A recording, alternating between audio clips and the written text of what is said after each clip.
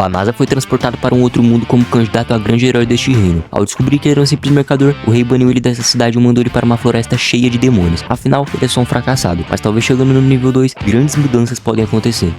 É o meu parceiro aqui, quem fala é o Itachi, e no vídeo de hoje nós vamos fazer uma análise braba dos episódios 1 ao 3 de level 2, cara, beleza? Sem mais enrolação, bora pro vídeo. O episódio começa com mais um dia normal na capital de Paluma, e aparece um homem chicoteando um semi-humano, até que de repente aparece nosso protagonista Banasa, tratando um semi-humano completamente diferente das outras pessoas. Banasa paga ele pelo bom serviço dele, e os caras estavam chamando ele de louco. Ele fala que ele não podia aceitar, afinal, ele era só um semi-humano. Banasa pergunta que diferença isso fazia, até que aparece uma garota e fala que depois que o Banasa decide algo, não adianta insistir. O semi-humano fica muito feliz, e os malucos estavam comemorando porque eles iam ter que comer hoje. Eles começam a agradecer ele, e o Banasa fala que não foi nada, e os caras estavam criticando ele. O Banasa fala que esse preconceito não deveria existir, e a garota fala que infelizmente ninguém nesse mundo pensava assim. Ele olha pra mão dele, e quando vai ver, o maluco começa a brilhar. A menina olha pra trás, e o maluco já tinha sumido. Até que corta a cena, ele começa a ouvir uma voz dizendo que o 198º candidato a grande herói tinha sido um sucesso. Ele pergunta onde ele tava, até que aparece um velho e fala que ele era o candidato a grande herói do reino de Cliroid. Ele fala que ele era apenas um mercador, que tudo isso era um engano, e o velho fala que ele era a esperança dele para derrotar o exército do Lorde Demônio. Até que aparece uma mina com cabeça de lobo mau, e ela fala pra ele colocar a mão nessa esfera para medir as habilidades dele. Assim que ele coloca a mão, é dito que todos voltam para o level 1 assim que eles entram para esse mundo, mas para compensar, eles recebiam uma bênção divina dos deuses. Até que a tabela aparece e os números deles eram ridículos. A loba mal fala que essas estatísticas eram uma pessoa normal. Tava todo mundo decepcionado. Ele fala que já que esse é o caso, eles podiam mandar ele para o mundo dele de volta. Até que de repente aparece um outro candidato, e as habilidades deles estavam todas em 999. Ele se depara com as estatísticas do Banasa e ele começa a gostar da atenção que ele estava recebendo. Enquanto isso, todos deixaram o Banasa falando sozinho. O rei estava comemorando dizendo que a partir de hoje esse cavaleiro seria o grande herói. Enquanto isso, o Banasa estava lá fora sozinho. Ele fala que ele nunca tinha ouvido falar desse reino, e que talvez ele realmente estivesse em outro mundo. Ele começa a conversar com o rei e o servo, e ele fala que o portal que trouxe ele para esse mundo não poderia ser aberto outra vez, mas eles iam permitir que ele vivesse na floresta de Lavesa, bem longe da capital, e que lá ele ia poder fazer o que ele quiser. Até que corta a cena e ele tenta falar com o semi-humano, mas ele fala que ele tinha recebido ordens para ele não falar uma palavra sequer com ele. O Banasa fala que ele veio de um país muito longe, e que ele queria apenas aprender algumas coisinhas sobre esse lugar, e ele pergunta se ele estava em um pacto de escravidão com o rei. O semi-humano se espanta na mesma hora. Ele fala que no mundo dele, os humanos faziam esses pactos com os semis-humanos. O Lacral começa a dar risada e fala que ele tinha vindo de um lugar horrível. Ele fala que ele não recebe lá essas coisas, mas dá pra fazer um churrasco todo final de semana. Ele fala que nesse país não existe diferença se você é humano ou semi-humano. O Banasa pergunta sobre a floresta de Lavesa, e o cara bate a porta na cara dele. Ele começa a se lembrar do mundo dele. Ele fala que talvez esse mundo não fosse tão ruim assim. Até que os dias vão se passando, e após 20 dias de viagem, eles finalmente chegaram. O Lacral entrega uma bolsa pra ele e fala que foi pedido do rei. Ele pergunta se isso era uma bolsa mágica. Ele fala que aí deveria ter comida e dinheiro para se manter por um bom tempo. Ele diz que há boatos que o exército do Lorde Demônio vive por aqui, pra ele fugir desse lugar logo. E por falar em viver, eu aconselho você a se inscrever no canal e deixar o like nesse vídeo, senão o exército do Lorde Demônio vai aparecer aí na tua casa. Quem avisa, amigo, hein?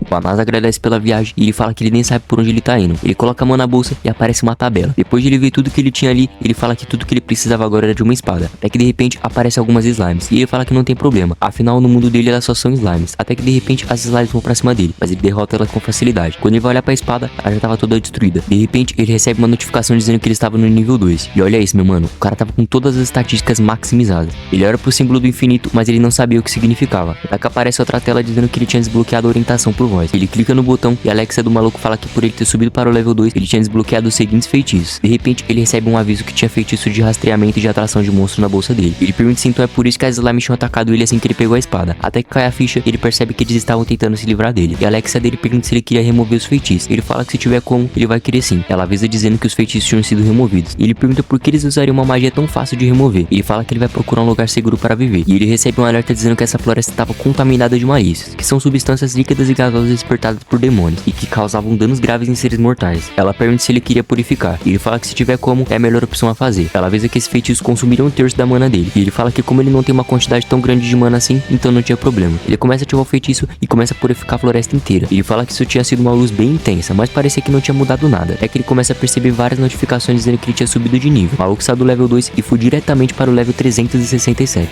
Então corta a cena e a princesa fala que o que ele fez foi muito cruel. Ele pergunta qual era o problema, e ela fala que por um erro deles, ele não pôde retornar para o mundo dele, e que ainda por cima ele mandou ele para a floresta de Lavesa, onde fica o exército do rei demônio. E ele fala que ele era um imprestável que não podia ser um herói. Até que chega um dos servos e fala que a magia mais elevada, a magia sagrada de todas, de purificação, tinha sido usada. E o rei fala que só podia ter sido usada pelo grande herói dele, e que ele não esperava menos daquele que ele mesmo escolheu. E o servo fala que na verdade o feitiço tinha sido usado na floresta de Lavesa, e estava oposto de onde o grande herói estava. Enquanto isso, as notificações não paravam de chegar. Ele se pergunta como ele chegou no nível 367 se ele não tinha matado nenhum monstro. Ele fala que ele não sabia o que significava esse símbolo. Ele pede pro sistema tirar essas notificações da cara dele. Ele pergunta quanta mana ele ainda tinha, e ele se depara com a barra cheia. Ele fala que talvez fosse porque ele não tinha muita magia, por isso a barra encheu tão rápido. Pelo amor de Deus, mano, alguém avisa pra esse cara o que realmente aconteceu? Ele fala que ele foi proibido de morar na cidade, então ele não sabe o que fazer. O sistema fala que ele poderia mudar a sua aparência, assim ninguém ia suspeitar dele. Ele toca na tela e de repente ele se transforma em uma garota. Ele fica envergonhado e ele fala que ele tinha que levar isso a sério. Ele se transforma e ele fala que agora ele pode entrar e sair da cidade que ninguém ia suspeitar dele. Ele recebe uma sugestão para usar o teletransporte. Assim, ele não ia precisar de mais de um mês para chegar na capital. Ele ativa o feitiço e ele é transportado para a cidade. Ele fala que o mundo dele só os mais fortes podiam usar esse feitiço, mas que nesse mundo tudo era diferente. Ele tem uma ideia e pede pro teletransporte mandar ele para casa dele, mas claramente que nada aconteceu. Ele começa a caminhar e ele fala que agora ele precisa arrumar dinheiro. De repente, ele recebe uma notificação dizendo que era só ele seguir em frente e ele encontrar a guilda de aventureiros da cidade de Clearoyd. E ele fala que será prático demais.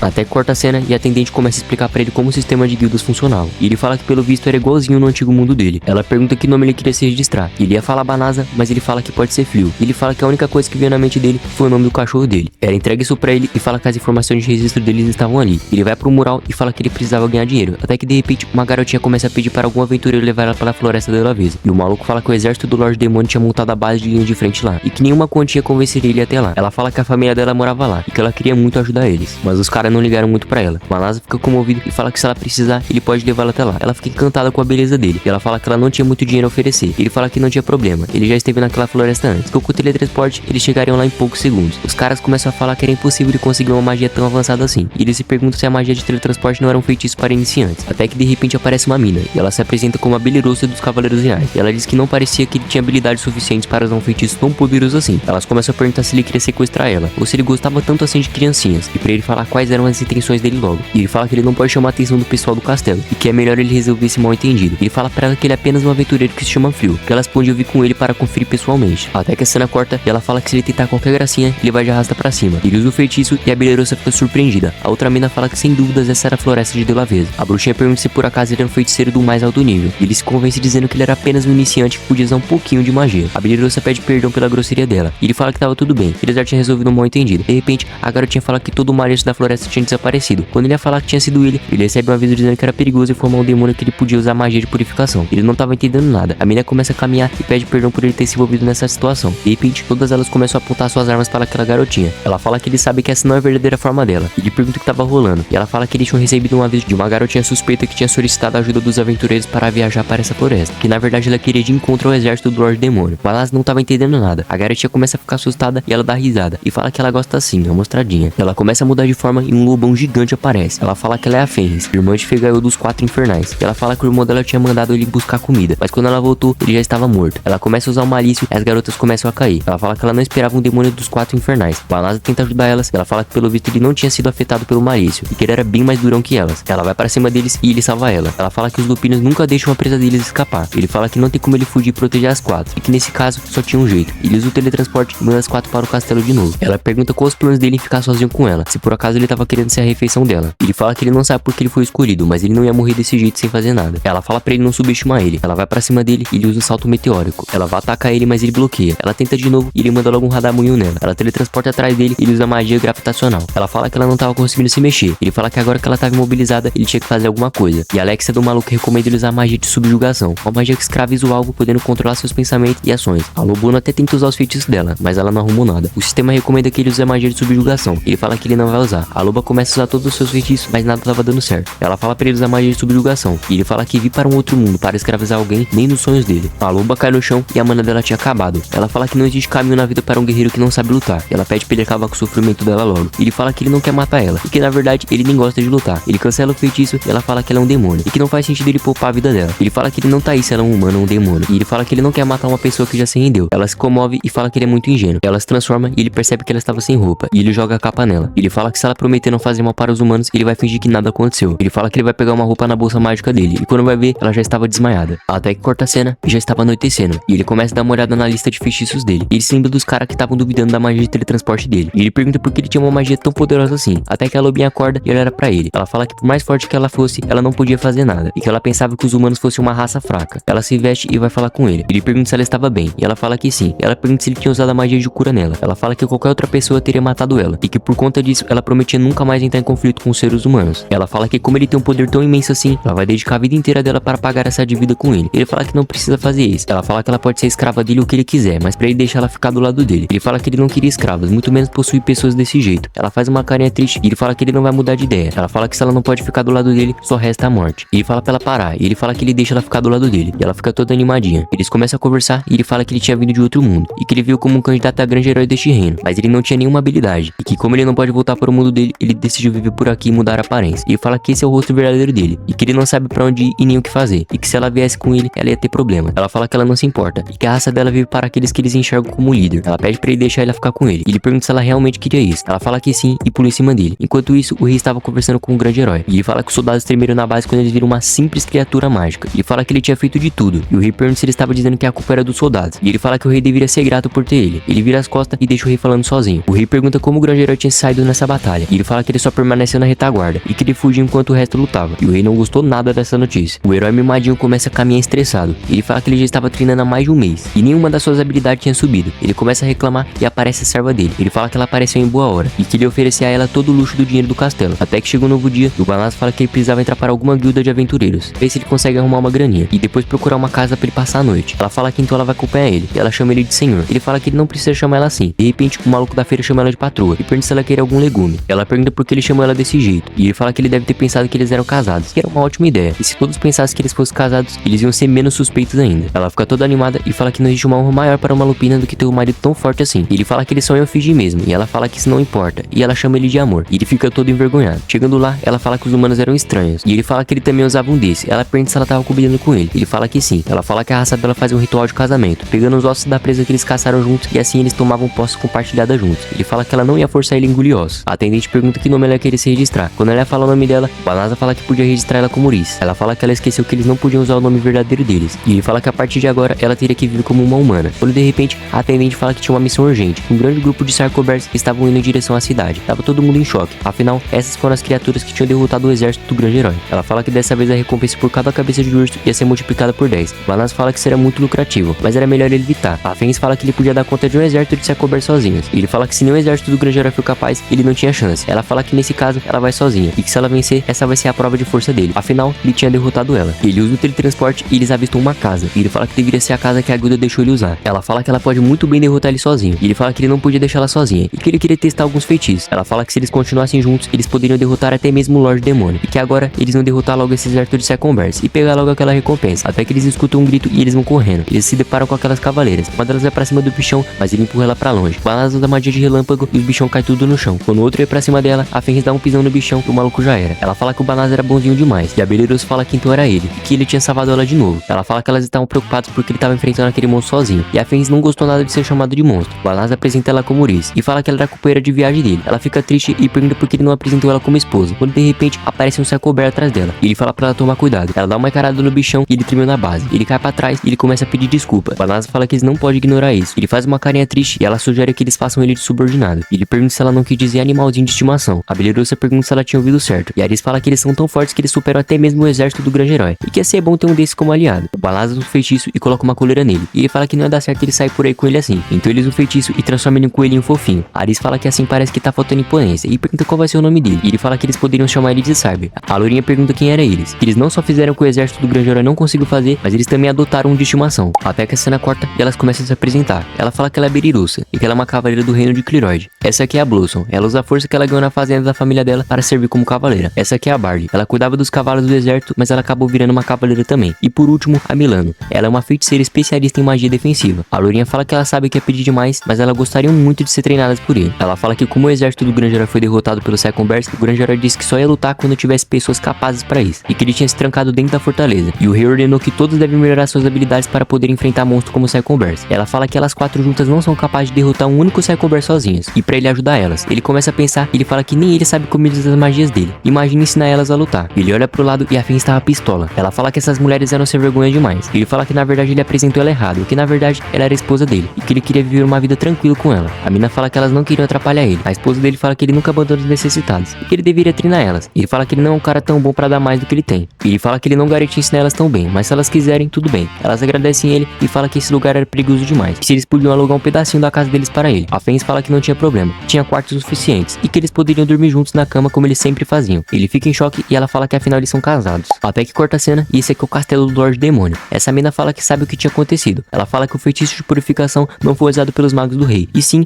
por um indivíduo qualquer. O rei demônio pergunta como um cara normal poderia usar uma magia para eliminar demônios instantaneamente. Ele manda ela capturar ele e fala que ele queria a cabeça dele a qualquer custo. Até que o dia amanhece e o Banaz dá de cara com a Fênix dando um bom dia pra ele. Ele pergunta o que ela tava fazendo no quarto dele, e ela fala que eles eram um casal e que ela dormiu com ele. Ele começa a ter um flashback dela dizendo que a partir de hoje ela estava pronta para servir de corpo e alma para ele. Ele fica em choque e fala que isso não. Ela fica triste e pergunta se ele não tava gostando dela. E ele fala que não podia ser assim de repente, e que eles precisavam saber o que eles estavam sentindo antes. Ela fala que os relacionamentos humanos eram complicados demais, e ele fala que eles não podiam fazer o que eles não deviam. E ele fala que ele vai lá dormir no sofá. Ela fala que se as meninas verem, elas iam duvidar do relacionamento deles. O flashback acaba e ele pergunta se ele realmente ia ter que dividir o quarto com ela. Ela fala que tá na hora de se trocar, e ele fala que não precisa. Quando de repente aparece a Bellerosa, ela vai dar um bom dia pra ele e ela acaba se deparando com isso. Ela fecha a porta e pede desculpa pra eles. Balazar fala que com certeza ela pensou que não devia. Até que a cena corta e a Bellerosa tá de cara com o javali gigante. Ela tenta intimidar ele, mas ela sai correndo. Ela tenta acertar ele, mas ela erra o ataque. Quando o javali ataca ela, a Fênix manda a bruxinha usar a magia de defesa dela. Balazar manda ela atirar nele. Ela atira, mas não adiantou de nada. A Melano fala que ela estava sem mana e o escudo desativa. Elas começam a fugir desse javali gigante. Balazar fala que pelo visto o treinamento vai ser bem complicado. Até que corta a cena e eles começam a dar uma olhada no quarto. A Bellerosa pergunta se tinha certeza que elas podiam dormir nesse lugar. Ele fala que o treinamento delas ia demorar um tempinho e que ele não podia deixar elas dormirem no chão. As garotas agradecem ele até que aparece a Fênix. Ela fala que a refeição já estava na mesa. Quando eles vão ver, era logo carne de javali, meu parceiro. Ela fala que ela cortou em pedaços bem grandes para comemorar a mudança deles. Ele fala que se possível, eles queriam comer uma comida que não fosse crua. Ela pergunta se ela teria que assar a carne e ele fala que podia deixar que ele mesmo faria isso. A Bellerosa vai ajudar ele e ela fala que a carne é sempre melhor quando ela é consumida crua. Até que corta a cena e o banquete estava na mesa. Ela pergunta se ele tinha usado magia para cozinhar e ele fala que ele gosta muito de cozinhar e que a Bellerosa era muito habilidosa. Ela fala que na verdade ela é mais habilidosa na cozinha do que em campo de batalha. Ela fala que a família dela é nobre, mas eles não têm dinheiro para pagar um cozinheiro, então eles mesmos preparam a comida deles. Elas começam a comer e fala que tava gostoso demais. A Fênix fala que não tem como isso ser gostoso e que só tinha mato nessa comida. O Banaz fala que era bem nutritivo e que foi ele que tinha preparado a salada. A mina fala que se ela não quiser, pode passar pra ela. E ela fala que ela vai comer a comida que o marido dela preparou. Ela mete na boca e fala que tava gostoso demais. E fala pra ela experimentar a carne. Quando ela vai comer, ela se depara com o sabor mais gostoso da vida dela. E ele fala que quem fez a carne foi a Bellerosa. Ela pergunta se ela tinha gostado. Ela fala que a carne até tava no ponto aceitável, mas na próxima vez quem ia cozinhar pra eles ia ser ela. E o Banaz fala que ele não podia esperar por isso. Até que corta a cena e os malucos perguntam como eles conseguem trazer tantos javalis da montanha assim. E ele fala que talvez eles tinham exagerado um pouco. Ela pergunta pra eles se enquanto eles conferem os monstros, ela podia dar uma volta na cidade. Ele pergunta se ela queria ser acompanhada. E ela fala que era algo particular que ela precisava resolver. É que de repente aparece um mano com cabeça de cachorro. Ele pergunta se eles podiam conversar um pouco. Ele fala que quando acabar, ele vai esperar ela por aqui. Ele se despede dela e ela pega um papel e diz que o show vai começar. Enquanto isso, o cabeça de cachorro começa a conversar com ele. E ele fala que o assunto mais falado da cidade são os feitos dele. E ele pergunta se ele gostaria de usar a força dele a serviço do grande herói. E assim, ele receberia o título de cavaleiro honorário. Ele fala que ele nunca tinha visto uma dupla de aventureiros derrotarem tantos monstros de rank A. Ele começa a pensar e ele fala que isso realmente ajudaria muitas pessoas. Mas como ele veio de outro mundo, ele não tinha motivo nenhum para entrar em conflito. Ele pede desculpa e diz que ele não estava interessado. Até que corta a cena e ele se depara com a esposa falsificada dele. Ela pede desculpa pela demora. Ele pergunta se por acaso ela tinha enfrentado alguma criatura mágica. E ela fala que não era nada demais. Ela começa a pensar e ela fala que ela não sabia que era tão difícil se cozinhar. O flashback começa e a Balufa fala que uma das maneiras de conquistar o coração de um homem é enchendo a barriga dele. Elas vão descascar legumes, mas ela acaba esmagando. Ela fala pra elas jogarem um sal com delicadeza e ela derruba o pote inteiro. Ela fala pra esperar com calma e no fogo baixo. E ela fala que ela não tinha tempo pra isso. Ela usa magia e acaba explodindo tudo. O flashback acaba e ela fala que ela vai conquistar o coração dele. Até que chega a noite e o Herói Mimadinho tava sabendo dos aventureiros. E ela fala que uma dupla sozinha conseguiu derrotar um número gigante de criaturas mágicas. E que com a ajuda desses dois aventureiros, eles iam poder atacar o exército das trevas. E ele fala pra trazer eles até ele. E que ele mesmo colocar eles a serviço dele contra o Lorde Demônio. Até que um mês depois se passa e ele agradece a oferta do castelo. Mas ele diz que ele não estava interessado. Ela pergunta se ele quer que ele faça eles entenderem de uma vez por todas. E ele fala que ele não tem culpa. Ele só estava fazendo o trabalho dele. Ele dá de cara com a horta e ele fica impressionado. Ela fala que isso era o mínimo que ela podia fazer. E que o Saber tinha ajudado ela bastante. Enquanto isso, a mina tava treinando. E a Fênix fala que ela não ia evoluir atirando apenas em um alvo parado. E ela fala que ela não pode matar esses animais fofinhos. A Fênix fala que ela diz isso, mas que na verdade a carne das aves era macia e saborosa. E a Melano tava exausta. Ele fala que ele tinha feito um anel mágico para restaurar a mana dela mais rápido. E pra ela fazer o teste, ela coloca o anel e ele fala pra ela ficar o dia inteiro com ele. Ela tira do dedo do meio. Quando ela tentar colocar no dedo anelar, aparece a Fênix e fala pra ela não se atrever a colocar no dedo anelar. A Bellerosa começa a pedir socorro pro Banaz, mas a Fênix aparece e fala pra ela parar de bancar a donzela em perigo. E pra ela parar de fingir que ela era fraca para receber a atenção do marido dela. Enquanto isso, elas estavam sendo observadas.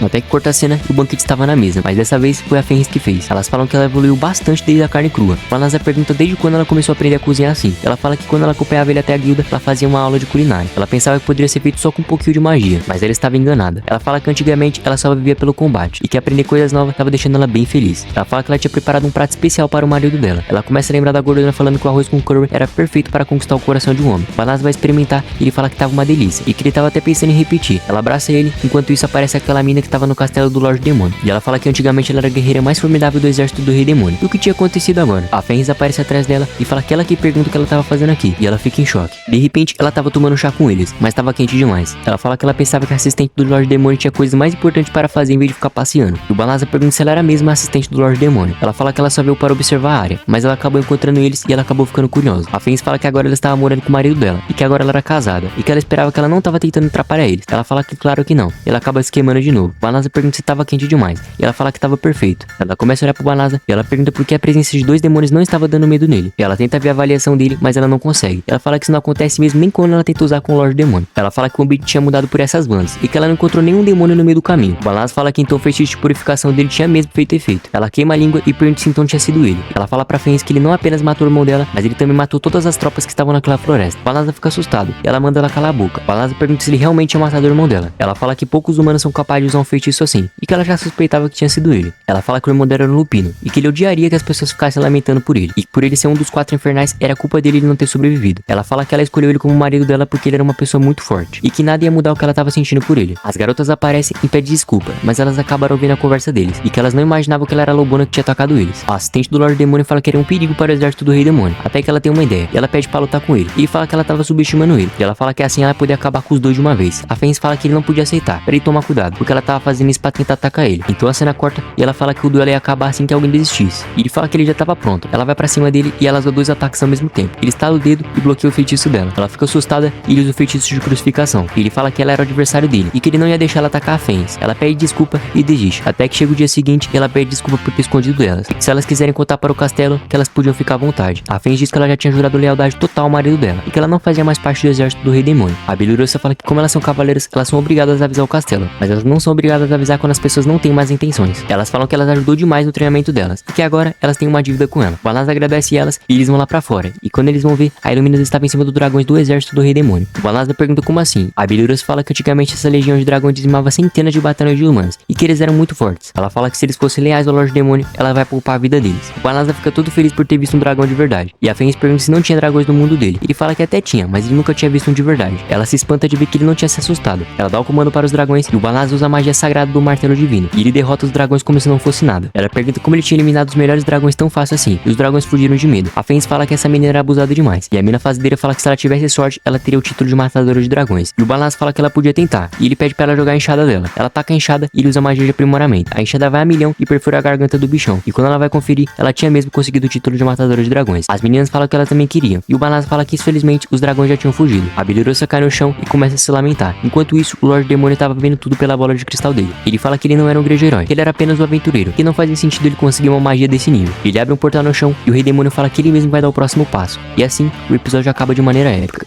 É isso, meu parceiro. O vídeo vai ficando por aqui. Se você gostou desse vídeo e quer a continuação dessa aventura, não esquece de se inscrever no canal para ativar o sininho. Assim você vai ser notificado quando sair a continuação dessa aventura, beleza? Valeu por assistir, tamo junto e até a próxima.